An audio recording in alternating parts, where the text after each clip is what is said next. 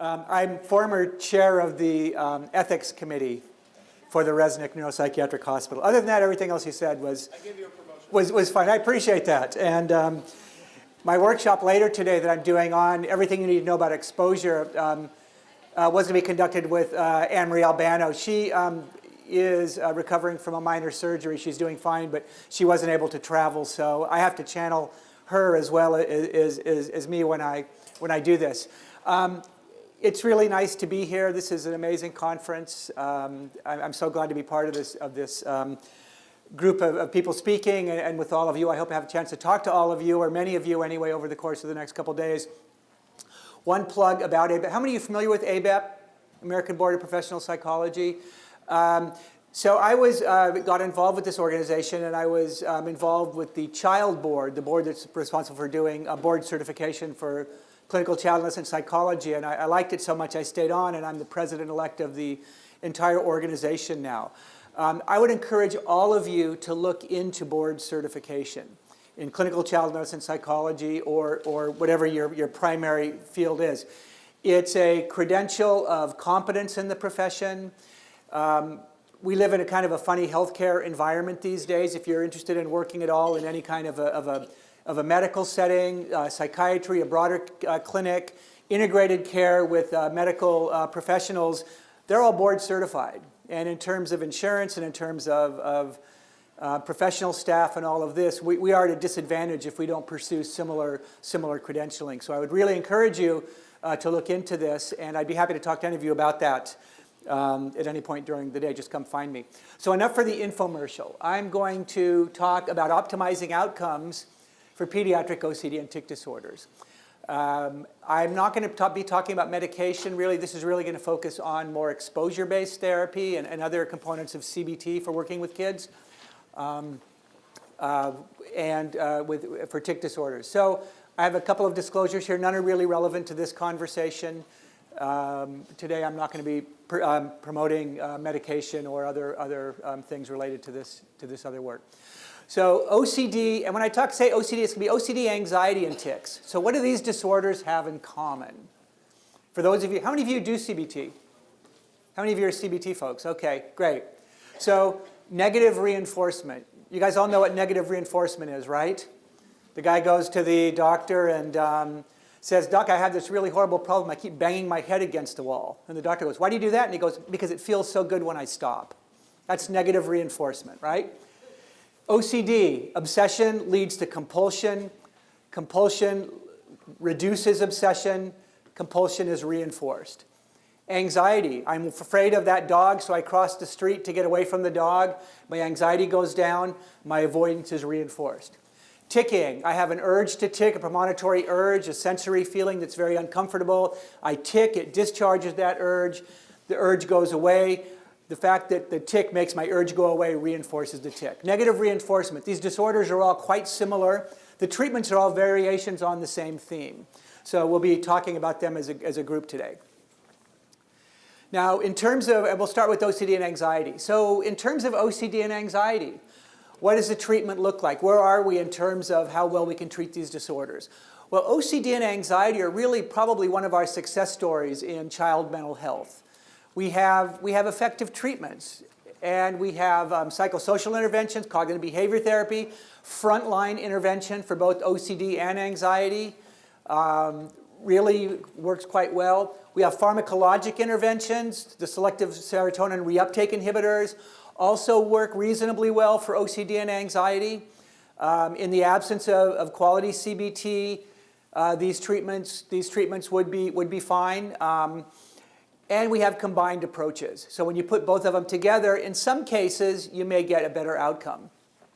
There are also newer interventions that are still a little bit experimental, but probably will be moving into the mainstream, and some of them really are starting to already. Cognitive bias modification. So cognitive bias modification targets the threat bias that underlies anxiety.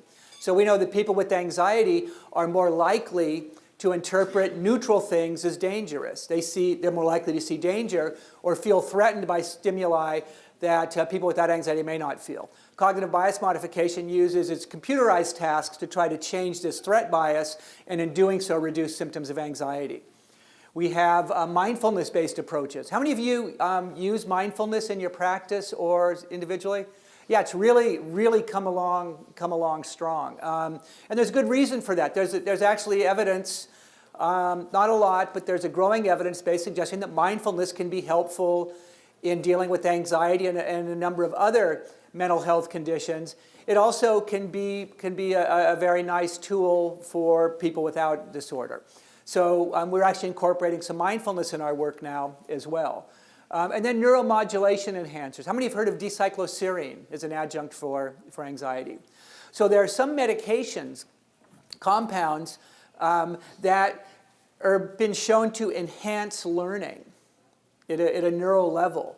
So when we're doing exposures, if we use D-cycloserine or some of these other medications, they can actually enhance learning and improve the outcomes of cognitive behavior therapy or of exposure-based therapy. Now, they're pretty experimental, and for every positive study, there are 2 or 3 negative studies, so don't go out and buy stock in these companies just yet, but there may be some promise here that using an adjunctive neuromodulator or neuroenhancer may benefit, may lead to a more effective CBT. So let's break this down a little bit more and give you a better sense of what the literature actually looks like. The Childhood Anxiety Multimodal Treatment Study was a study that ran for much of the 2000s. The primary outcome paper came out in 2008. It was funded by NIMH through a cooperative agreement, and there were 6 sites, including us at UCLA, Anne-Marie Albano at Columbia, John March at Duke, John Walkup at Hopkins, Phil Kendall, who most of you probably should know and I imagine has spoken here in the past, at Temple, and then at Western Psych, Boris Bermeher. 3 MD principal investigators, 3 Ph.D. principal investigators. And we have known for a long time that medication, there have been a few studies showing that medication, the SSRIs, seem to be helpful for anxiety. A number of studies by Wendy Silverman and Deb Beidel and Phil Kendall and Tom Olendick and others. CBT works pretty well for anxiety. Nobody had ever compared the two. And the physicians would say, yeah, but the CBT studies were done in psychology clinics and those kids weren't as sick. And the PhDs would say, yeah, but the medication studies were done in psychiatry clinics where you guys don't know anything about anxiety or assessment. So we said, let's throw in together, do a fair test, and see what happens. So we compared the efficacy of CBT, sertraline, combination CBT plus sertraline, and pill placebo in almost 500 kids with separation, social, or generalized anxiety as their primary diagnosis. And what we found is that here, this is a little bit of a busy slide. We can see that on the far end, the combination, kids that got both CBT and medication had an 81% response rate to this treatment after 12 weeks of treatment. And 68% of them, the green bar, were considered to be in remission. They no longer met criteria for their primary anxiety disorder, the primary diagnosis that got them into the study. If you look at CBT alone and sertraline alone, about a 55 to 60% response rate, still really good, and slightly under half of these kids were considered to be in remission. Compared to pill placebo, about a quarter of the kids responded to placebo. But the sugar pill that they got was in the context of coming in and seeing a clinician and talking for a little bit. There was a little bit of supportive therapy involved with that. So these are pretty good numbers, 80% response rate to combined treatment. Now, some people say that combined treatment, you should always give kids CBT and medication because that had the highest response rate. The kids, the families, and the therapists in the combo condition, they weren't blind to their medication status. They knew they were getting active medication. That may have helped inflate this a little bit. How we interpret this is we have 3 really good treatments for anxiety: CBT, sertraline, or their combination. 6-month follow-up for these kids, they still were largely maintaining their gains. On the left is the week 12. Again, the green bar is the combination group, had a slightly better outcome. And then the brighter green and the, I don't know, that's kind of a dirty yellow, were the CBT and sertraline. And you can see they pretty much maintained their gains over a 6-month follow-up period. We then decided to follow these kids up over a longer period of time. So the CAMEL study, CAMS Extended Longitudinal Study, also funded by NIMH, the same characters were in play here. We followed up 319 of the original 488 kids, which is pretty good for a study like this. And it was a 5-year study. The kids were evaluated twice a year, every year for 5 years. So we first looked at the data from the first follow-up period. This was, the kids were mean age of 17. They were mean age of 11 when they were in CAMS. And it had been 6 years since they finished their CAMS treatment, and we wanted to see what they looked like. Well, what we found was a little surprising. We found 47% of the sample overall were considered to be in remission. They no longer met their primary diagnosis that they came into treatment with. 53% of those, of the kids that had responded to CAMS, so at the end of their acute treatment, they were better. 53% of those kids were in remission, 6 years follow-up. 39% of the kids that had not responded to CAMS treatment were in remission at follow-up. The two groups didn't differ. So one way to look at this would be, wow, so if you whether or not you responded to treatment 6 years earlier, didn't make that much of a difference how you were doing at this follow-up period. The red bars, the blue bars showed CAMS. Again, remember, it looks pretty similar here. Combo did better, sertraline and CBT about the same, and placebo weren't so good. The numbers are a little bit different than the earlier slide because this just shows you the 319 kids out of the 488 that we assessed. The CAMELS bars are in red. There are no differences between these three groups. It didn't matter which treatment you got in CAMS, your outcome 6 years later was roughly the same. Now, there are a number of reasons for that. One is, as soon as the study ended, the kids could get whatever treatment they wanted. So most of the kids ended up getting some combination of CBT and or medication over the 6 years, although not necessarily at the same time. And again, if you look at this is our overall response rate that we found, and I already forgot it, remission rate of 47%. So not bad, not great, but not bad. Let's look at OCD. The POT study, Pediatric OCD Treatment Study, which was conducted by John March and his colleagues, and Marty Franklin, Jen Freeman, some names you may know from the literature, again, Ph.D.s and M.D.s. They compared combined exposure-based CBT plus medication, again, sertraline, in kids with OCD. And you can see over the 14 weeks of treatment, the combo group looks like they did the best, followed by the CBT group, which is the purple line. Actually, in some of the analyses, combo and CBT didn't differentiate. So on some of the outcomes, it didn't matter whether you added medication to CBT or not, the outcomes were pretty similar. The green line is medication only, and then the dotted line is pill placebo. Now see this blue line going across about 16 on the psi box, that's considered the cutoff for clinically significant OCD in some studies. And you can see that CBT alone or in combination with medication, on average, the kids in these conditions were below the line. They were considered to be subclinical at the end of treatment. The medication and placebo kids weren't. So again, that's not too bad. And our study, we did another randomized controlled trial of exposure-based CBT for kids, augmented with more of a family intervention designed to teach parents about accommodation, provide them some support and education in support of their kids' treatment. And we found a similar finding. The red line is the active exposure-based treatment, again below the line. The green line, our comparison was psychoeducation, support, and relaxation training. No active interventions for OCD. The way we talked about this study, we told the parents, is we're comparing a direct and indirect method for working with OCD. Exposure-based therapy is really the primary treatment for this condition, but a lot of kids with OCD are also anxious. And we want to see if by reducing their anxiety indirectly, whether that's going to allow them to better manage their OCD. So we really didn't think that treatment was going to work. We just were telling them that there offered some hope to try to create some expectancies that wouldn't bias the treatment. And what we found is that our relaxation and supportive therapy did reasonably well too, although not nearly as well as exposure-based treatment. If we look at remission in these studies, so again, the goal really should be to get our kids, not just get them better, but get them well. So there's a big emphasis now when we're doing treatment studies on trying to look at remission.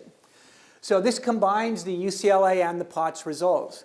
So in the POTS study, 54% of the kids that received medication plus CBT were considered to be in remission. And this was a SIBOC score of less than 10. A few symptoms, but really very minimal symptoms. 43% of the kids that received CBT in our UCLA study were in remission. 39% CBT from POTS were in remission. And from sertraline, only 21%.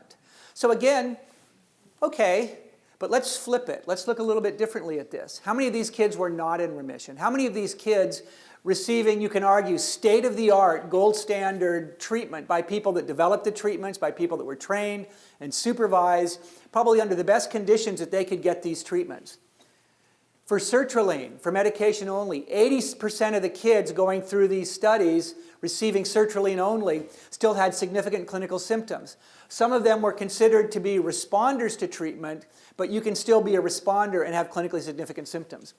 For CBT, regardless of where they got it, about 60 kids, 3 out of 5 kids getting state-of-the-art CBT, exposure-based CBT, still had some level of symptoms, of non-insignificant symptoms.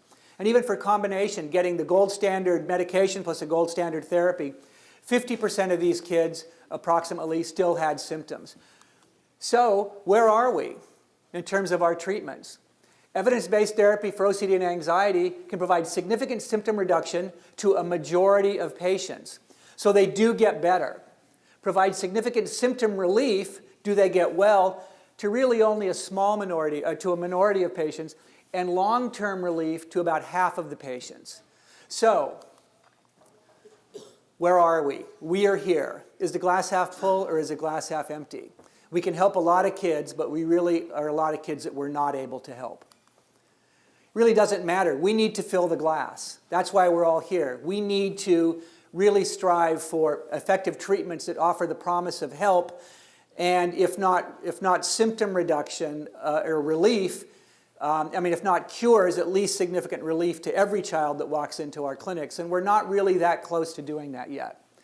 And the comparison here is that we have not achieved the curative therapeutics that are common in other areas of medicine. So when you go into your doctor with a broken leg or a fever or a rash or whatever it might be, what if your doctor said, well, there's a 50% chance we can get your leg better, 60% chance we get your leg better for a week, and probably about a 50% chance that it'll stay unbroken over 6 years. That would be pretty frightening, wouldn't it? So we're not where other areas of medicine are. Granted, there are plenty of disorders that medicine doesn't have the cure for, but there are a lot of areas that they do. So we need to try to do a better job of this. And NIMH has made it a priority, striving for the cure, of really funding research and focusing research dollars and tax dollars on trying to develop, get us to a point where we can actually offer cures or at least significantly better outcomes. And really the goal is, how can we use a better understanding of the mechanisms underlying treatment to make our treatments even better. And one of the ways of doing this that NIMH is really focusing on is trying to, as I just said here, with the mechanisms. We don't really know how our treatments work. We think we know how our treatments work sometimes. And certainly cognitive behavior therapy, we talk about negative reinforcement in my first slide, or changing threat bias. We know that there's some of the biological circuitry that's involved in these disorders, but we don't have a good enough understanding yet of using this understanding of how these treatments work, of these circuits and these mechanisms, to really lead to better treatments. And that's the kind of research that NIMH is funding. So let's talk about how we can use a better understanding of mechanisms to improve our treatments. And I'm going to start with OCD and anxiety, and then we'll move on to talk a little bit about tics towards the end. And there are a number of places in treatment that we can try to impact our treatments. So the first phase of treatment is the engagement phase. when we first meet our patients, when we're trying to get them excited about treatment. We know that a motivated patient is going to probably do a lot better than unmotivated patients. So there's been a fair amount of work looking at treatment expectancies as a predictor of treatment outcome. And we know that higher baseline treatment expectations are associated with more robust outcomes for medical, psychiatric, and psychological interventions, a number of them, including adult anxiety, adult depression, pediatric depression, chronic pain, and a number of medical procedures. So we wanted to look at this and see if treatment expectations might be an important target in looking at child OCD treatments. And from the study that I just described to you, our study of CBT plus the family intervention, Adam Lewin, who was a postdoc of mine at the time, he's now associate professor at University of South Florida, just up the road from here. In our assessment, Adam led this study. In our assessment, we had a question right after the treatment reveal. So we randomized the kids to receive the relaxation training or the active exposure plus response prevention. We asked them, how sure are you that doing this behavior therapy will help your child's or this patient's obsessive compulsive symptoms? Same question to child, parent, and therapist. And then we looked at these responses, and they were on a 0 to 4 scale. We correlated their baseline expectancy with treatment outcome. And what we found is that for children and therapists, there were very strong relationships between baseline expectancy and treatment outcome. You can see the correlations there. Child and therapist expectations predicted improvement. So a dichotomous rating of, at the end of treatment, this child was better, yes, no. Overall severity, how severe is this child's OCD? And change in the SIBOX, or a dimensional measure of OCD severity. Interestingly, parent expectations really didn't have much of an impact on the treatment. Does anybody have a sense of why that might be?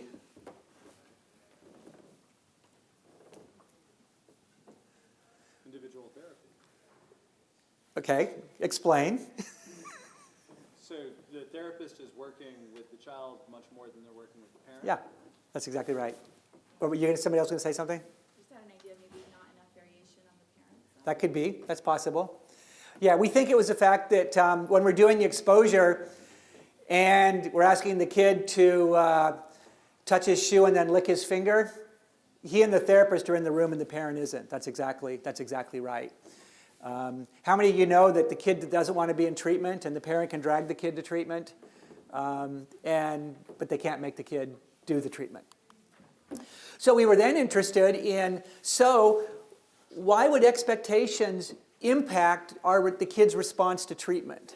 And we looked at a number of predictors, and what emerged as the most significant predictor was kids that had higher expectations and kids whose therapists had higher expectations were much more compliant with their out-of-session exposure homework. The kids that believed treatment was going to help, when we're assigning them, okay, after every session they have to go home and do exposures, whatever it was. You need to mess up your room and not clean it. You need to pet the dog without washing your hand. You need to turn your homework in without checking it, whatever it would be.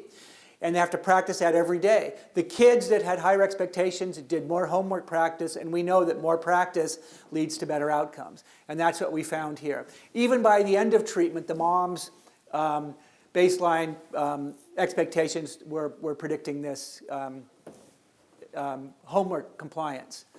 So higher expectations lead to greater treatment engagement and compliance and better outcome is our interpretation. So what does this mean? We know that expectations lead to better outcomes. How can we enhance treatment expectations? What can we do? Well, I think the one thing that we can do is we can make sure that everybody gets excellent psychoeducation about treatment. If the child and the mom too, we'll keep moms in the discussion now, or dads or parents, the child is going to be much more likely to believe treatment is going to work if they understand why they're being asked to do what they're doing. So I have to touch my shoe and then lick my finger. Wow, man, that just is not cool. Why am I doing this again? Because you're a jerk? Because my mom hates me? My OCD isn't bothering me. I don't know why I'm here. This is like horrible. That kid's not going to get better probably. If we understand why, if we conceptualize OCD, here's how OCD works. Here's why treatment works. If you do this, here's what's going to happen. If we can get the kids to understand the treatment model, they're going to be more likely to do the work. The other thing that we want, and so we have a number of things that we've developed or that other people use, methods for trying to explain OCD and treatment. Fire drill analogy is the one that's in our treatment manual that we use. The fire alarm is scary sounding to get your attention and make you leave the school building in case there's a fire. Sometimes the alarm goes off when there's no fire, like a false alarm. Now, it could be because they're doing a fire drill, or maybe the alarm's broken, or maybe some kid pulled the fire alarm as a prank. But even when it goes off and there's no fire, it still sounds really scary, even though there's no danger. Your brain can't really tell the difference between a false alarm and a real alarm. So in treatment, OCD is like a false alarm, and anxiety like a false alarm. They tell you something is dangerous when it's not. If I touch this cup, and I say, oh, somebody was drinking out of this cup and now I have germs on me and I'm afraid I'm contaminated, and I get really nervous or anxious, I might contaminate somebody else. I think I bumped into one of you guys earlier and now you have germs on you and I'm really terrified and I need to wash my hands and this is really horrible. There's probably no real danger there. But my brain is telling me that. It's a false alarm. So in treatment, you're going to learn how to ignore your anxiety false alarm so it doesn't bother you anymore. Or you're going to learn how to distinguish between a real alarm and a false alarm, and that's going to help you learn how to manage your anxiety. And we use other analogies as well. So step one in treatment, false alarm or real fear. He's trying to shoot me all right. Do I know this guy? I've got to think. Is this my OCD talking, or am I in real danger? Real danger, right. Sometimes dangerous things do happen. The other analogy that we look at, I haven't been in school for so long, I don't remember my kids telling me about fire alarms. I don't even know if they have them anymore in school, or fire drills. But the more salient example is car alarms. How many of you have heard car alarms going off in your life? Probably at 3 o'clock in the morning. How many of you have ever actually seen a car stolen? Okay, you're the second person in 10 years. Somebody last week said the same thing. They actually saw, and was the car being stolen when the alarm was going off? Yes. Okay, so one out of 350 times you have a danger thought in your head, it's going to be true. The other times you can ignore it. But that's an example that kids get to say, oh yeah, that makes sense. So what we're going to do in treatment is we're going to go off and we're going to set off your alarm, and then we're going to figure out whether it's false or not. And if it's false, we're going to teach you how you can manage it and ignore it. And kids understand that, and they're more willing to do the treatment as a result. So that is one way of trying to optimize treatment, make treat better. Make sure the kids understand what they're doing. Make sure the parents understand what they're doing. Make sure you as a therapist understand what you're doing. So that was the other piece. Let's talk about other ways that we can use research to optimize or make exposure-based treatment better. And when we talk about intervention, we've engaged the kids, we've gotten them ready to go. We know that exposure is the key ingredient in CBT for OCD and for anxiety. So how can we really make exposure even better than it already is? So when we think of, how many of you have done exposures with your kids? Okay, so a lot of you. So you know some about this. So exposure is based on emotional processing theory, and it requires, according to the theory, it requires initial activation of fear, touch the glass that I think is contaminated, activation of fear. I'm contaminated, uh-oh, I have germs all over me. My fear is going up. And then what we do in exposure is we gradually, or traditional exposure is we wait for the anxiety to come down because it's a false alarm. And after a while, my brain is going to reset, and my anxiety level is going to come down. And by doing this over and over and over again, I'm going to learn that this isn't really dangerous, that this is a false alarm, and that will lead to my OCD or anxiety symptoms disappearing. That's called habituation. Corrective learning, according to emotional processing theory, requires habituation, this anxiety up and anxiety down, to occur both within sessions and between sessions. So historically, we've looked at curves like this. We expect the anxiety to go up within session, touch the glass, Wait for the anxiety to come down. Maybe we'll touch it more. Maybe we'll put some water on our face. Maybe we'll drink it. But over time, over the course of the session, the anxiety is going to come down. And I've learned that, wow, that's not dangerous. Between sessions, we also, for this specific example, we expect it to get easier. So the next week when I come in and I touch the glass, I'm not going to be as anxious. And the week after, I'm not going to be as anxious. And ideally, if we get to the end of treatment, I can come in and touch the glass and it's no problem at all. That's habituation both within session and between session. And that guides us how we do exposure. There's been some reconsideration of the underlying mechanisms of exposure. Exposure is based on inhibitory learning or extinction learning. We're learning over time that this isn't dangerous. We're extinguishing our fear. We're habituating to the fear. And there's been quite a bit of work, much of it done by Michelle Krask, who's an adult psychologist at UCLA, who's done a lot of work in this area. There have been some more studies looking at learning in basic processes of learning by Joe Ledoux, who's at NYU, and he has this great book, Anxious. I forgot the little other part of the title, but it's a really great read. Talks a lot about this. And others that have doing work reconsidering how exposure works. And one of the reasons is for the results that I showed you before. Exposure works great in mice, in rats, but when we do it with people, extinction learning, you can teach mice to do just about anything.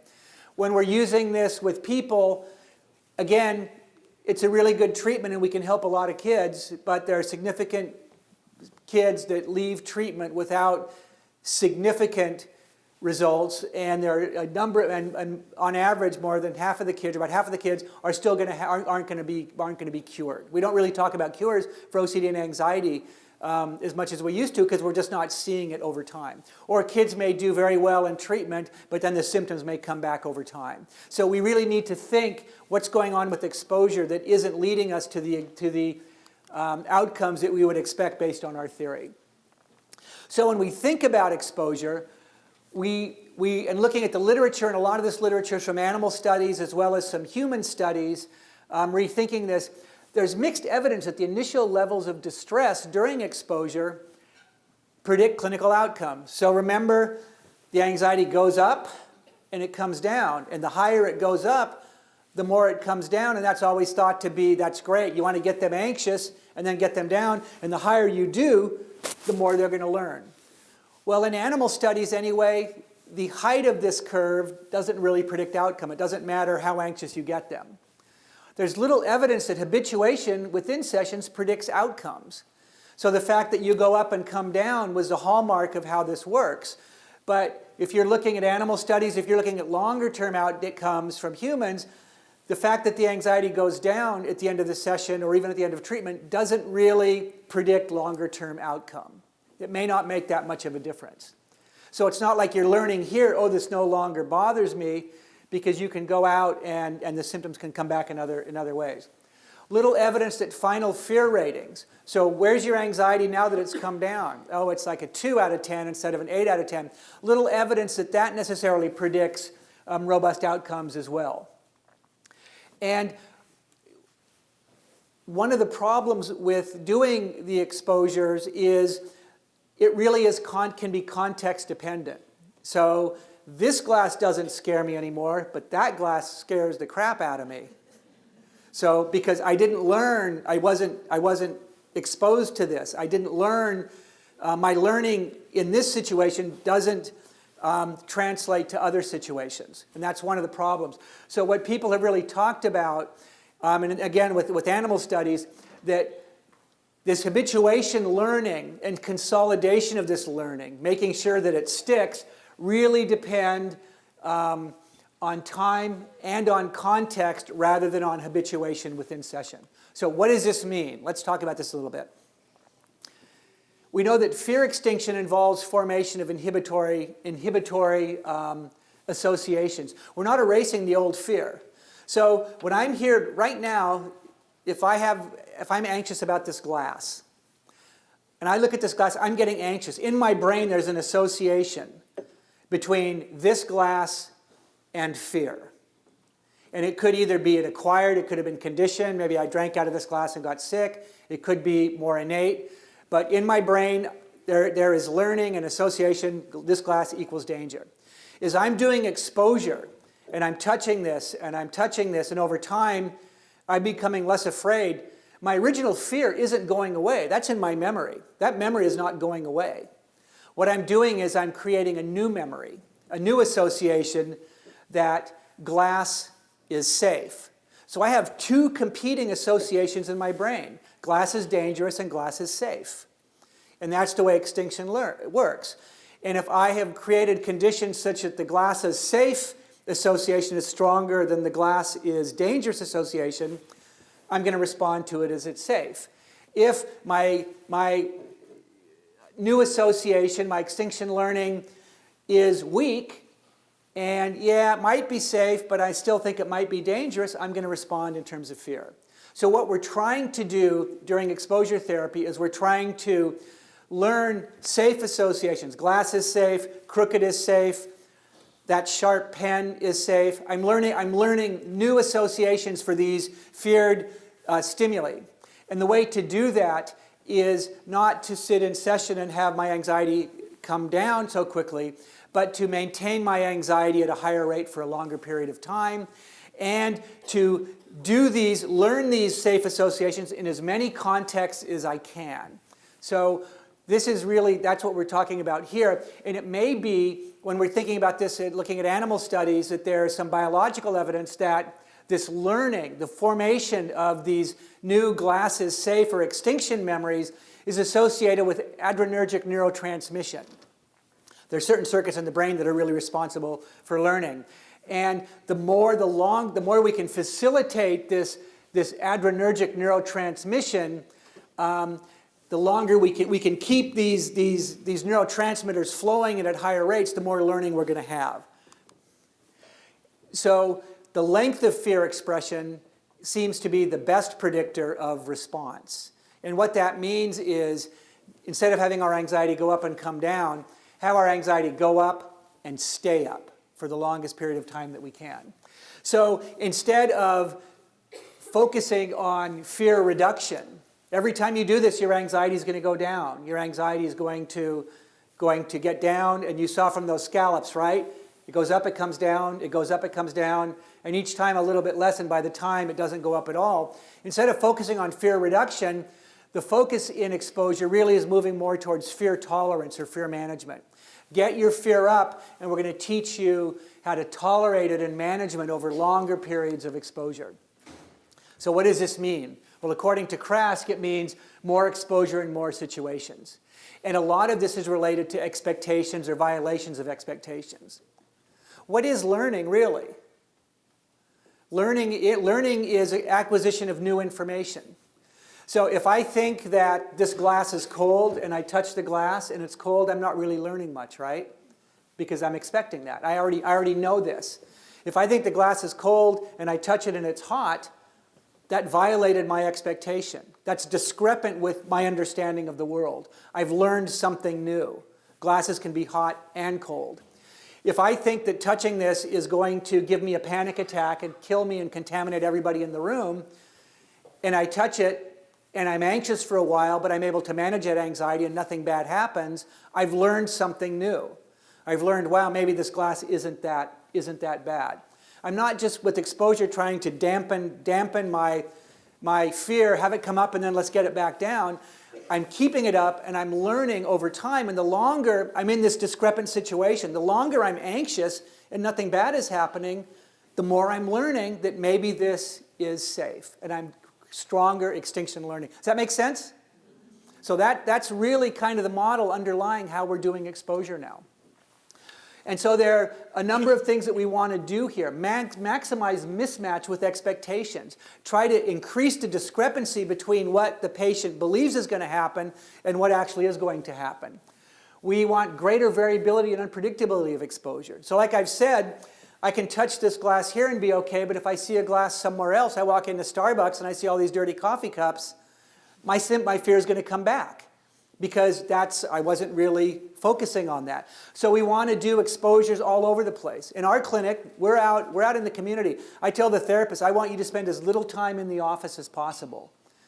We go to the hospital, we go to the infectious disease clinic and, sit in the chairs and touch the doorknobs. We go into Westwood and touch stuff or do crooked things or do goofy stuff, for anxiety.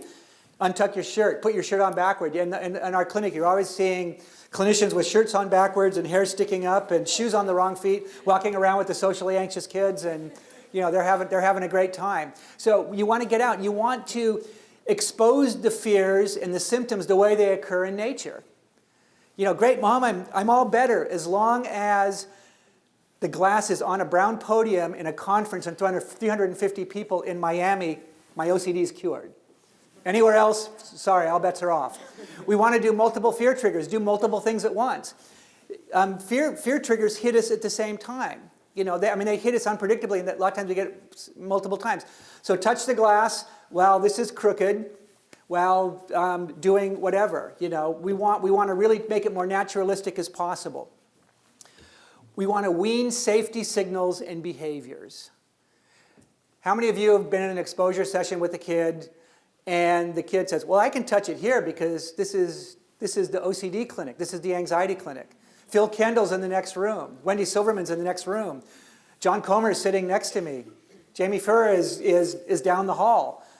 They're safety signals. We become safety signals in the clinic. So we try to mix stuff around, be very careful of that. In our child intensive outpatient program, we have the kids come in and they get different therapists in different rooms every day. They don't have assigned therapists. There's 6 or 7 therapists, and it's mix and match, and they never know who they're going to get or where they're going to be, because we don't want them getting used to a specific person. The other safety signals are doing the exposure. Yeah, my anxiety's coming down. This is pretty good. That's great. So you're doing really well. Why do you think your anxiety's coming down? Because I know in 5 seconds I'm going to run to the bathroom and wash my hands. Or because I'm praying, or because I'm counting backwards, or because of whatever. So we need to make sure when we're doing exposure, are you doing anything to make your anxiety come down? If yes, stop it. The other thing, and this is a little something that people may not expect so much, the other kinds of things that we're seeing as safety signals now, or factors that interfere with optimal exposure, are relaxation techniques and cognitive restructuring, right? So if we're sitting in a session and the kid's anxious, I'm really anxious. Okay, do your breathing. Remember, what's your mantra? Nothing bad can happen. Germs don't live in the air. This is okay. Nobody's ever died from touching a cup. If I'm doing that, what am I doing to my fear? I'm bringing it down. What am I doing to my expectations? My expectations. I'm reducing my expectation that something bad is going to happen. I'm attenuating the discrepancy between what I believe and what actually is happening, and that's going to attenuate the fear. So we still use cognitive interventions, but we don't use them during exposure. And that's a little bit of a change. When I was trained, it was anxiety up, anxiety down. It used to be like clap on, clap off. Get them up and get them down. And you're coaching them through with coping statements and breathing and use your thoughts and all this stuff. And that really is not the way to maximize our outcomes. And there's some other evidence, and this is from Joe Ledoux and from some others, looking at animal research about how we space our exposures. So when we're learning new memories, so as I'm touching this and there's this discrepancy, I'm activating circuits in the brain, in different areas of the brain. And these new memories, for them to be consolidated, so it's like working memory versus long-term memory. For them to become consolidated and more permanent or stronger, that requires protein synthesis. Remember, brains are, everything, memory and all, learning is biological at its lowest basis. That requires protein synthesis. And according to Joe Ledoux in his animal research, is if we're just doing exposure, and we don't provide any kind of downtime or rest time to consolidate these memories, these new associations, they're not going to be as strong. Now, we haven't really figured out the logistics of this. This hasn't really been translated from animal to people, but I imagine in the future, and not too distant future, there are going to be protocols that really build in time to enhance consolidation of memory. But some of the things that he suggests or others suggest is you want to do exposures for a few minutes or a period of time, and then you take a break. It's not that we're waiting for the anxiety to come down. We don't get it down. You still may be high anxiety, but we just disengage from the exposure. He also believes that the best thing you can do after an exposure session is to go home and take a nap for 4 to 6 hours. That's the optimal period of time to consolidate your memories. So doing exposure therapy at night and then sending the kid home to take a nap overnight would be best. Now, the kids in our clinic, most of them, they come in straight from school. You know, they eat a snack in the car. We do exposure with them. They get in the car for 3 hours in Los Angeles traffic to go the 2 miles to get home. Then they either do homework or have baseball practice, and they're up till 11. Then they play on their electronics, then they go to sleep, and then they get up 6 hours later. That's probably the worst possible way that you can consolidate these exposures. So again, it's something to think about. My sense is that coming down the pike, we will have better protocols. We haven't really worked this out yet, but it's something to keep in mind, and maybe there are things that you can do to try to enhance this. So I used to use this slide, and I think this is the way you guys do it here, right? Professor Comer and his controversial technique of confronting the fear of heights, snakes, and the dark. This is my favorite far side. I have never seen an anxiety or an exposure talk without this cartoon in it, in one way or another. And I used to say the hard way. This is what parents want. Parents want us to do all of it in one session, but we could never do that because it would just blow the kids' minds, and we get sued, and it would just be malpractice. It's horrible. And everybody would laugh and say, ha, ha, ha. You know what? I think this guy was right. Ultimately, this should really be the goal of what we're trying to do. So people say, but, oh my God, these kids, how can you do this? We don't do it on the first session.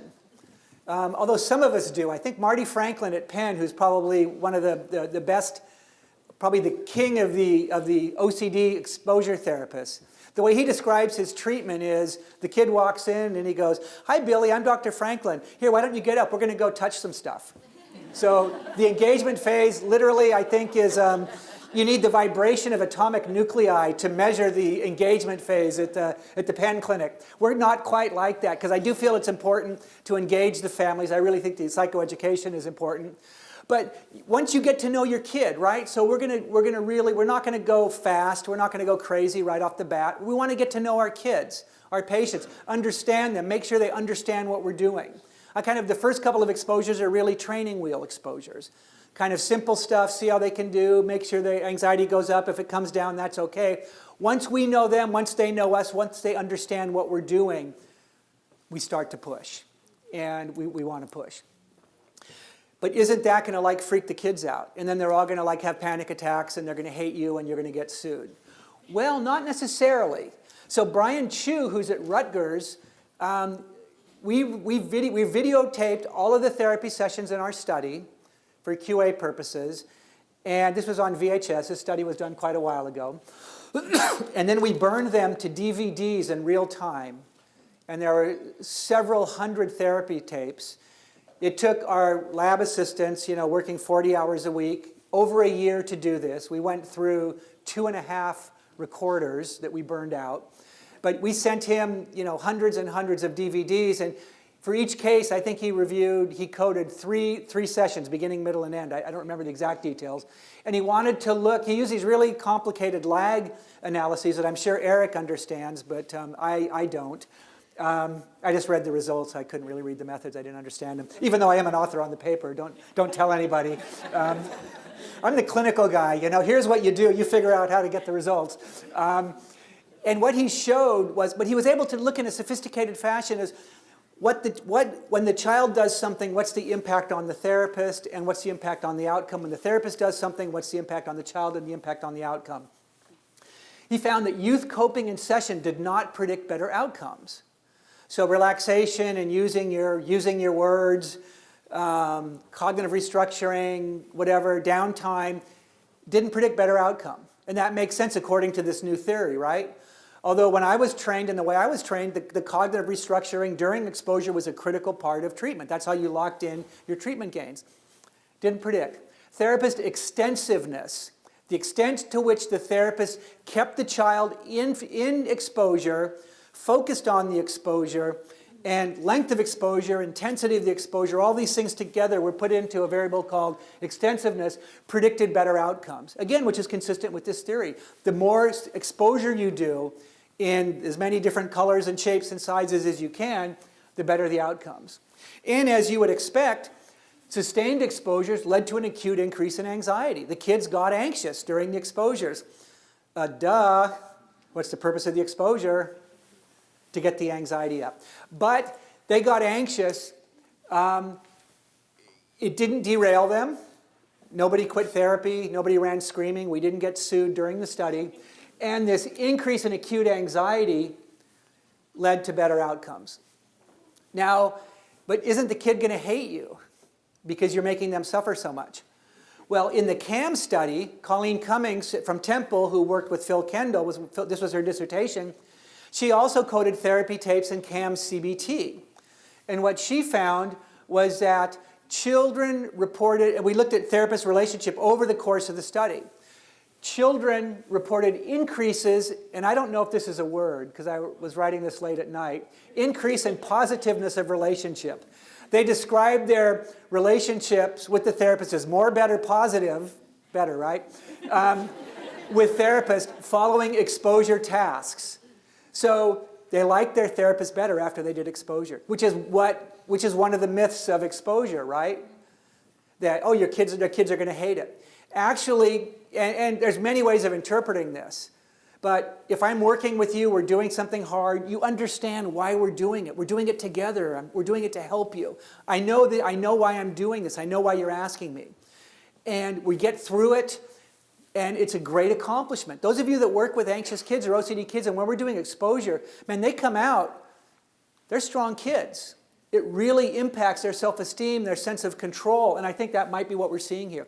If we're doing the hard work, it's not a waste of time. It really is helpful, and that actually led to better relationships. The kids like their therapist better. Maybe it was a Stockholm effect, I don't know, but anyway, so there's a lot of reasons to see why these pushing the exposures are helpful, and also they don't necessarily hurt therapy. In some cases, they actually enhance it from the child's and therapist's point of view. So we talked about cognitive intervention. So what exactly does this mean? That cognitive intervention, which is the C in CBT, which is big sections of all the treatment manuals, including my own. And my own manual I need to rewrite because it has a lot of the old stuff in it. So if any of you ever get it, just ignore all those pages of that you say, no, this doesn't make sense. And I had to rework all my slides over the last few years. It's really been a mess. This is typically my attempt at doing cognitive restructuring or intervention with kids. And this is the way I believe they do it here also. Oops, that's the wrong, oh no, that's the wrong caption. Anyway, I just cut and paste from their slide. Ignore the green. What we say to dogs, what the dogs hear, blah, blah, blah, blah, blah, blah, blah, right? We talk about it, reasoning with your lizard brain. How many of you guys, that seems to be the big way to do it. I use that with my kids sometimes, you know. Your lizard brain's coming out, that's your amygdala is driving the bus. You know, you got to argue it back in, man. You got to get control over what you're doing. Yeah, it's not so easy.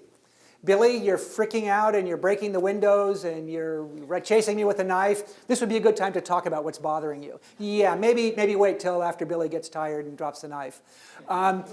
We do cognitive work, but we're doing it in a different way. So again, in line with the desire to emphasize fear tolerance over fear reduction. The other thing that we do is when kids used to come in and we would explain the model, and if you do this, your anxiety will go up and come down, and after a while, your anxiety won't come up at all. And your fears will be reduced or significantly reduced. Now when kids come in and we talk to them, and when you do CBT or do exposure, you know, your anxiety will go up some, and it usually will come down, but you know, the goal isn't to make your anxiety go away completely.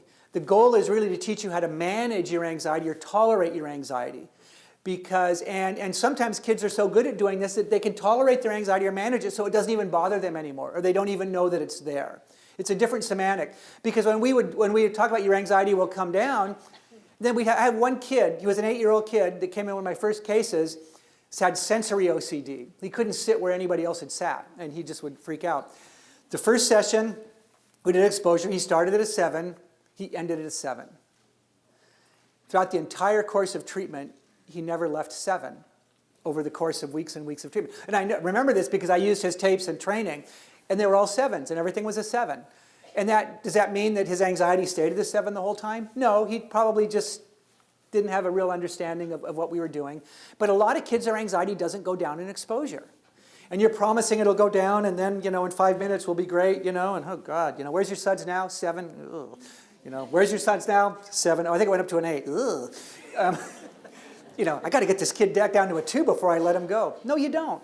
You don't need to. You don't want him like running out of the room screaming, Mommy, try to. But it's okay to end the session when kids their anxiety is high, as long as you process it, you talk with them, and you can send them home. So we really focus on trying to emphasize fear tolerance over fear reduction. So coping thoughts during exposure, as I said, may serve to distract patients from exposure or serve as safety signals. Coping thoughts, this isn't dangerous, may lead to reduction of anxiety, but interfere with long-term habituation of fear. So we talked about this. So what do? We use coping thoughts early in treatment. If children are really anxious and we don't think they're going to be able to do exposure, or they don't want to do exposure, we'll use some cognitive restructuring, or we'll use some coping with them, give them some coping to reduce their overall anxiety perhaps. If we're in the trenches with the child and they don't want to do the exposure, we may start off with a coping thought to get them going. And then what we do oftentimes is we may change that. Remember when I said touching that toilet was safe? No, I'm not so sure. We're not going to do that right after the fact, because then they're going to freak out. But we can strategically start taking away some of the cognitive coping when we think they're ready to do that. The other thing that we start using now is affect labeling. How many of you are familiar with affect labeling? This is, there's been a number of studies, some done by Matt Lieberman at UCLA and others, showing that just labeling your affect, just very simply, without challenging it, without trying to interpret it, just I feel frightened, I'm scared, I'm upset, I'm angry, can actually have a very positive effect. And sometimes, and we've done studies, Katerina Kurchansky at UCLA, in her dissertation, she's one of Michelle Kraft's students, compared affect labeling to cognitive restructuring or challenging thoughts during exposure for animal phobics, and found that affect labeling worked just as well, if not a little bit better. And we don't know the full mechanism, but it may be that if I'm labeling my affect, I'm engaging more cortical areas of the brain, and some of the areas that regulate anxiety. So if I'm frightened and fear, is associated with increased amygdala functioning. Amygdala is our fear center, and it's regulated. Anxiety is regulated by areas of the prefrontal cortex. And if we're affect labeling, that's language. We're using language, and that may serve to trigger or activate some of these higher level cortical areas that can then dampen anxiety. That's one way that people think this might work. So would it ever be okay to, for example, in the middle of an exposure, use something like a coping statement that labels the affect and encourages the action, even if you're afraid? So I am afraid, and I'm still going up this. We use that. Sometimes you need to use cognitive strategies you want to keep the kids in a sweet spot, right? So that would be one way of doing that. And we do ask the kids how you're feeling when we're doing exposures. How are you feeling? Where is your anxiety? But it's not like, but we really want to just keep it like, how do you, one word, how are you feeling? We don't want them to start rationalizing or coping or I'm anxious, but I'm going to keep going because I know we don't want that. We just want, I'm anxious, I'm frightened, I'm whatever it might be. And again, there's not a lot of research yet with kids, but again, this may be something that you may start seeing more in terms of protocols or treatments. Mindfulness, we use a fair amount of mindfulness, as I talked about. I'm going to talk a little bit more about this here. We don't like using it in the middle of exposure because, again, it's going to distract from the exposure. And we certainly still do imaginal exposures. I mean, some people think, well, imaginal exposures are a cognitive intervention, and technically they are, but imaginal exposure is still exposure. So we might have the child imagine a feared stimuli, or when they're touching the glass, okay, close your eyes and imagine that it's covered with germs. You can see the giant germs, and now they're crawling up your hand. So you can use imaginal exposure to intensify, or more specifically, target exposures. So I think I have a few minutes left. How much time do I have left?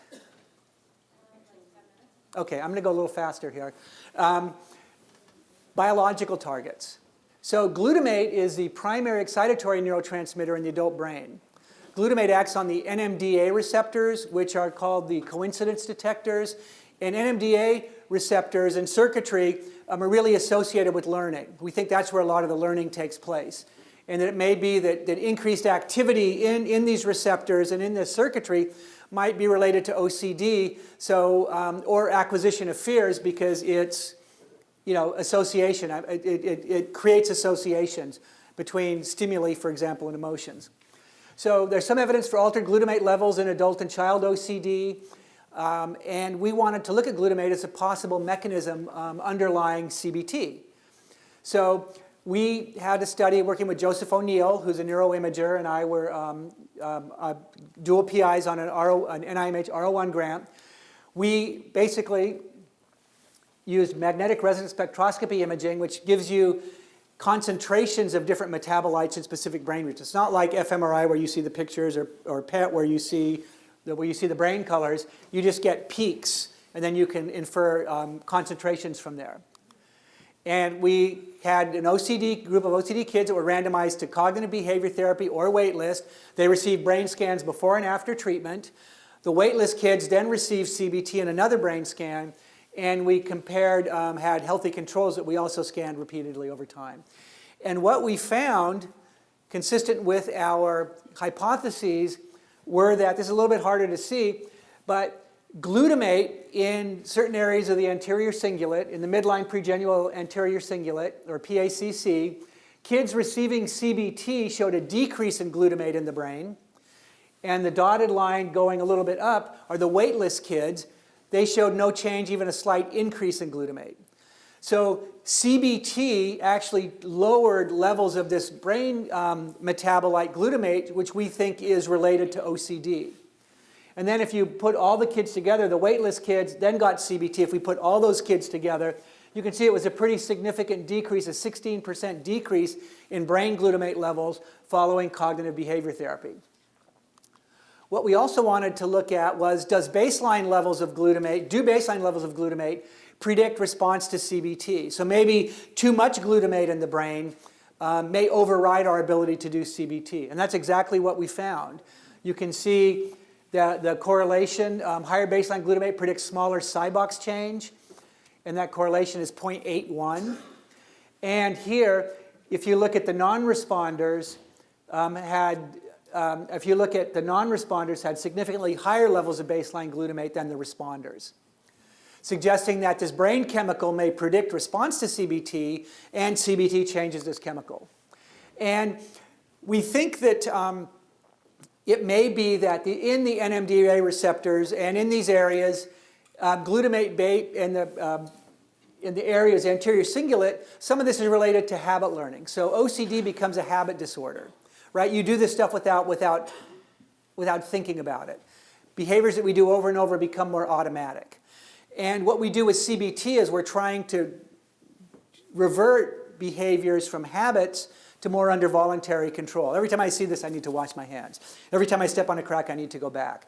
And that just becomes habitual. We want to change that, break this as a habit, and bring it back under voluntary control so I can inhibit this. And the areas in the PACC are related in some ways to working with these habits. It may be that in the kids with high glutamate, that may be related that the habits are stronger. There's more activity in these areas, and that may override our ability, override the ability of CBT to try to break through these habits. And that might be one explanation. There may be other explanations as well. So clinical implications would be, can we augment CBT with glutamatergic modulators, chemicals or compounds that reduce glutamate in the brain? Because the low glutamate kids did well, the high glutamate kids did poorly. This is an example of personalized medicine that everybody is talking about. We're doing a follow-up study right now using memantine, which is a glutamate antagonist. Broadly speaking, it reduces glutamate in the brain. And again, we're going to be using it in a placebo-controlled trial. We've actually started this, and we have a grant from NIMH that hopefully will be funded soon. Kids with high glutamate, they did worse to CBT. If they get placebo, then they should still do worse to CBT. Kids with high glutamate plus memantine, we're hoping the memantine will decrease the glutamate in their brain and lead to good responses. And the kids with low glutamate, they did really well at the start of treatment. 91% of the kids with low glutamate responded to treatment versus 50% of the kids with high glutamate. That's a significant difference. So if this works and if it really pans out, it may be that a child will come into your office and you'll be able to do an EEG or some kind of an imaging scan, ultimately maybe even some kind of a blood test, but that's very far away. Look at their biological profile and then decide you get CBT only, you get CBT plus memantine or D-cycloserine or another medication that we think is going to lead to a better outcome. That's what medicine does. That's what NIMH is trying to do. Curative therapeutics. Can we figure out which treatments work best for which individuals? We also have a treatment app that I don't have a lot of time to go into that we're using to enhance homework, OCD exposure homework over time, where we can create exposures, create treatment exercises, push these to kids, to their iPads or their iPhones. We can monitor the amount of time they're spent doing these. We can send feedback, and we can give them rewards or points or badges for doing their work. So this goes back to when we were talking about engagement and homework and treatment compliance working. And we're really excited. We just got funded by NIMH to develop this further, so we're hoping that this will be something we can do out in a little bit. I have about 5 minutes to talk about Tourette's, and I can do that pretty quickly. How many of you have worked with Tourette's? How many of you are familiar with habit reversal training or CBIT, comprehensive behavioral intervention for Tourette's? Okay, fewer. So behavioral treatments, Tourette's are neurologic. It's a neurologic disorder. But they're exquisitely sensitive to the environment. We know that a number of factors can trigger tics, places, situations, other people, activities, which are external triggers. We also know that tics and Tourette's can be triggered by internal experiences. And the most important internal experience is the premonitory urge. So people with Tourette's, most of them will describe a premonitory urge. A tightness, a sensation, a muscle twitch, a tickling, whatever, a pressure, whatever it might be. And when they get this feeling, they do the tic to relieve the feeling. I think of it as a tickle in your throat. I'm getting a little scratch in my throat from talking, and you have to cough or clear your throat. A cough. How many of you ever had to cough in church or in a meeting or something? I kind of look at it the same as this. Restless leg. Any of you ever get restless leg? Whatever, you know. So, or scratching an itch. I mean, those are all kind of rough analogies for what the urge-tic relationship may be like. And then anxiety. Anxiety, people tend to report ticking more when they're stressed or anxious. Consequences can also impact tics or maintain tics. So positive reinforcement, when other people react to tics, for example. Or when others react positively or negatively, that can reinforce tics. And then negative reinforcement. We know that escape from situations, escape from responsibilities can reinforce tics. And you saw from the earlier slide, negative reinforcement. If I have this uncomfortable feeling and I tic and it goes away, that's negative reinforcement as well. So there is a lot of environmental consequences associated with tics, even though they are neurologic. The goals of behavioral treatment for tics identify and neutralize these environmental influences that serve to maintain or exacerbate tic expression. And comprehensive behavioral intervention for Tourette's is a treatment that we have developed and manualized and tested along with a group of other people, part of a larger group. Function-based intervention, functional analysis, identify the environmental triggers and the consequences that may be maintaining the tics. For example, if kids are anxious and they report ticking more and they're anxious or stressed, we teach them stress reduction. If kids tic more when they come home from school because they're stressed or tired, we're going to maybe teach them to do some kind of a relaxation strategy or calming. If they tic a lot right before they go to baseball, again, we may teach them some strategy for calming themselves. If they tic more, dad comes home from work or grandparents come over, and they don't understand the tics, and they start yelling at the kid to stop ticking. Kids get really anxious, tic more then. We got to teach grandma and grandpa, everybody in the kids' lives, to not respond to the tics. And that also goes with the consequences as well. Some kids, when they tick a lot, I had a patient, he ticks a lot, he gets to leave the classroom. Or ticks a lot, doesn't have to do homework. Or ticks a lot and gets to stay home from school. And that, we all know, you guys are all here, you guys have some familiar with CBT and behavioral learning. We know that that really reinforces the tics. So function-based intervention, we really try to use that to address these issues. Habit reversal training to address the internal factors, to address the premonitory urge. And what habit reversal training is, two primary things: awareness training and competing response training. Awareness training is teaching the kids to become more aware of their urges.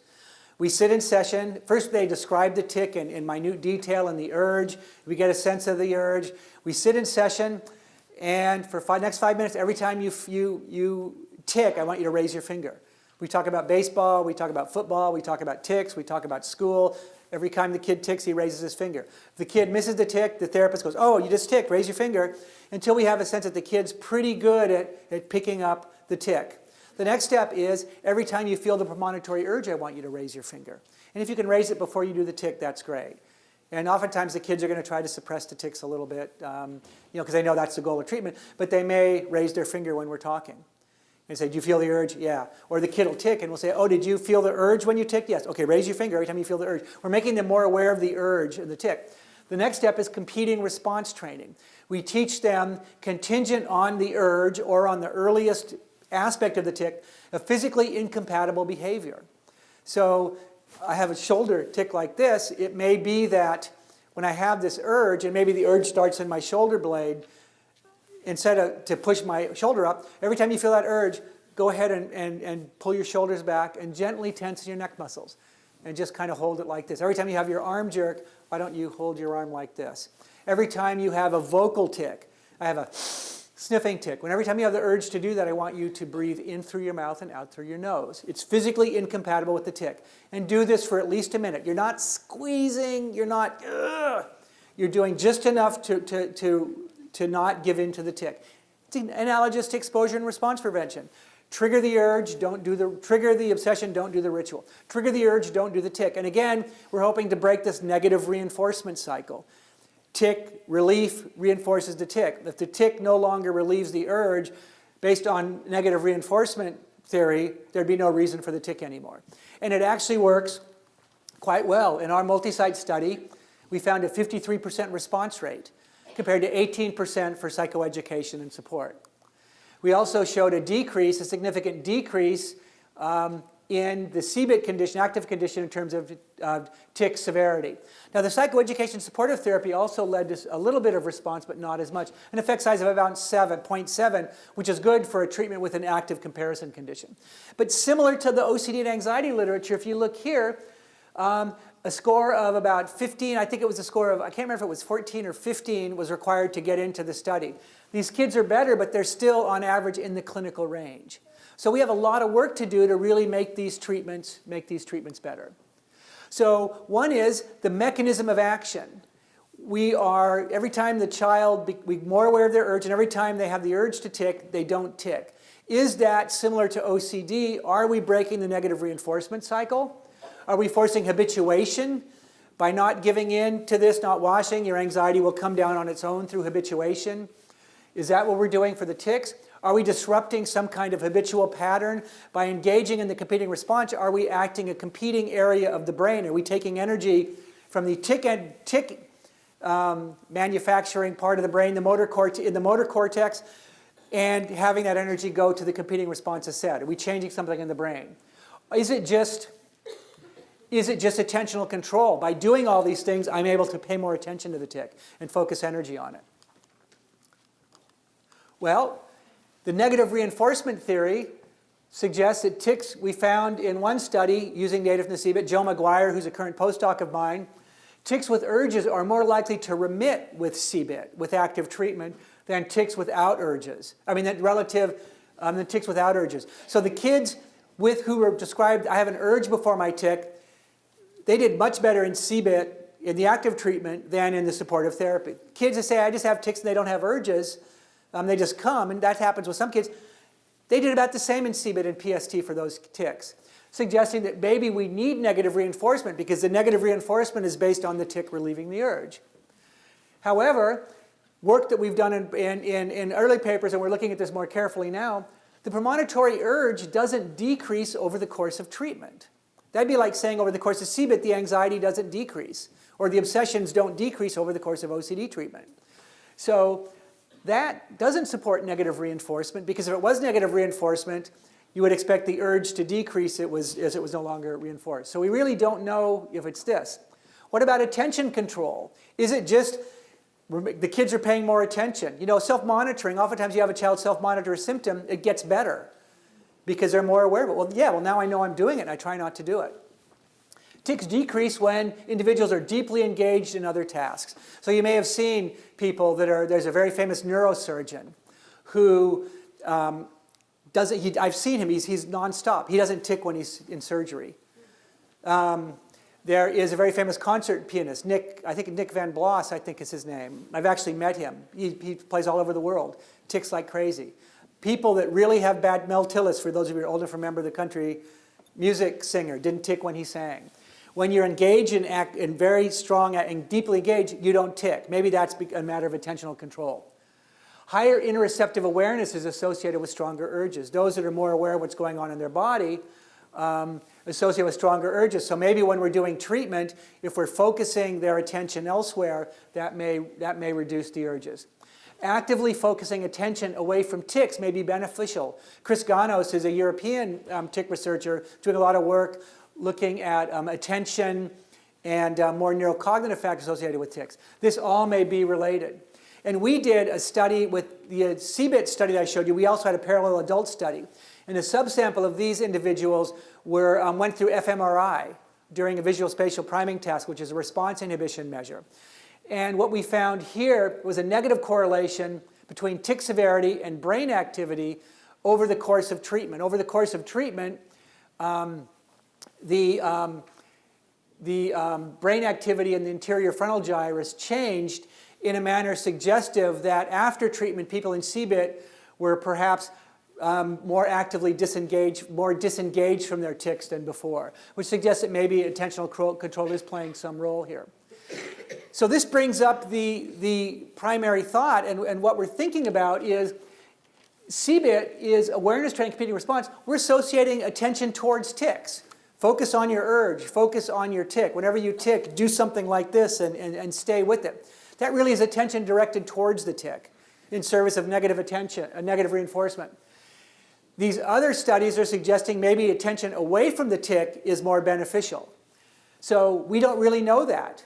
What are we doing with our treatments? So we're doing an EEG study right now. Sandy Liu is a neuropsychologist at UCLA, and we're collaborating. She's PI on a grant that I'm involved with, trying to look at the neural correlates of EEG and training kids with tics and healthy kids to either direct attention towards or away from their tics in these tasks, or towards or away from during other voluntary movement activities, to see if we can better understand the brain circuitry underlying these different options, and then if we can use that to inform treatment.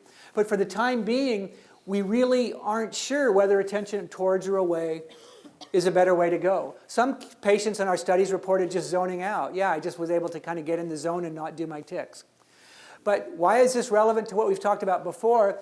Because most likely, as with everything, different approaches are going to work for different kids. So getting back to, if we're going to really achieve curative therapeutics, we want to really make sure that we can understand our patients and develop the best treatments for the best kids. And in all likelihood, attention towards the tics during tic management exercises may work the best, and for other kids it may be direction away. And that's going to be future work. So, to summarize, what can we do to enhance the outcomes of our treatments? And these are more therapist suggestions, other than do more research and do fMRI and things like that. Collaborative approach to treatment. Patients need to know what they're doing and why. Parents need to know what they're doing and why. And therapists need to know what they're doing and why. Education, psychoeducation, we want our kids to understand what's going on in treatment.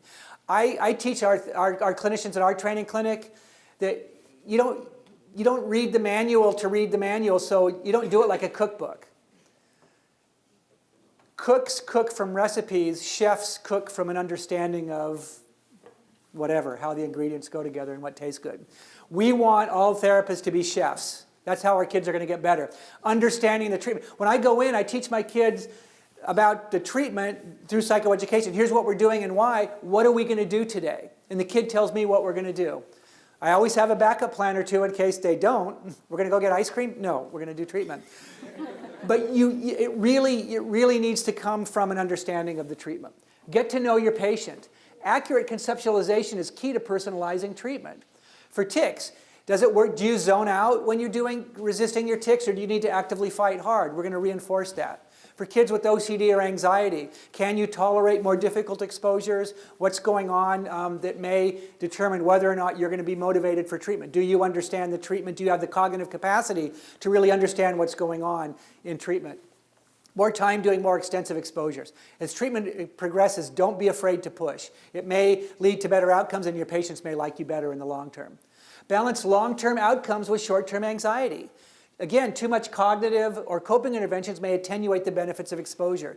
But we do need to use them. We can use them to titrate the child's level of anxiety to keep them in that sweet spot. And we can't just do nothing but exposure with the kids. We do need to listen to them and help them understand what they're doing and what's going on. We use coping strategies sometimes at the end as a reward when we're sitting and talking and processing the exposure. Functional assessment to identify environmental triggers and reinforcers is crucial. We got to cut through. We have these kids that come in that are really complicated. They're out of control. The parents don't know what to do. Multi-problem, you don't know where to start. The way I look at it is like peeling an onion. There are biological determinants to the disorders, and there are environmental determinants. And all the mishigas of parents raising a kid with issues, stresses in school, in the neighborhood, other siblings, whatever it might be, too much social media. If we can understand the environmental factors, the environmental triggers, the environmental consequences, and secondary gain and reinforcers, if we can get that under control and strip it and peel it away, then we're left with the core things that are going on, the psychology of the child, the biology of the child. Our treatments, such as exposure, such as habit reversal, are going to have a much better chance of working. Technology and CBT augmenting agents will likely play a larger role in future treatments. Stay informed, but with an incredibly critical eye. There are probably hundreds, if not thousands, of quick get well quick things out there. There's a new flavor of the month, a new great idea of the month on the web, anywhere, even in our professional journals and meetings. 99% of it is crap. And I think you learned from Eric's talk earlier that shiny, big and shiny and expensive is typically a sign that it's going to be worse than what you can do for free that's dull and, what's shiny? Dull is the opposite of shiny, I think. Dull and cheap. But stay informed, because there may be some real stuff coming down. What's that? Simply effective. Simply effective. Usually the easiest way of doing it. Parsimony is a great principle. Most importantly, therapy should be fun. To paraphrase Phil Kendall, his flexibility within fidelity, we need to be faithful to our treatment models, but we need to be creative and flexible in their administration. And that's really the take-home from this. That probably could have been the whole talk here. So my collaborators, my funding sources, and a plug for our new center at UCLA. Please visit us on the web or whatever.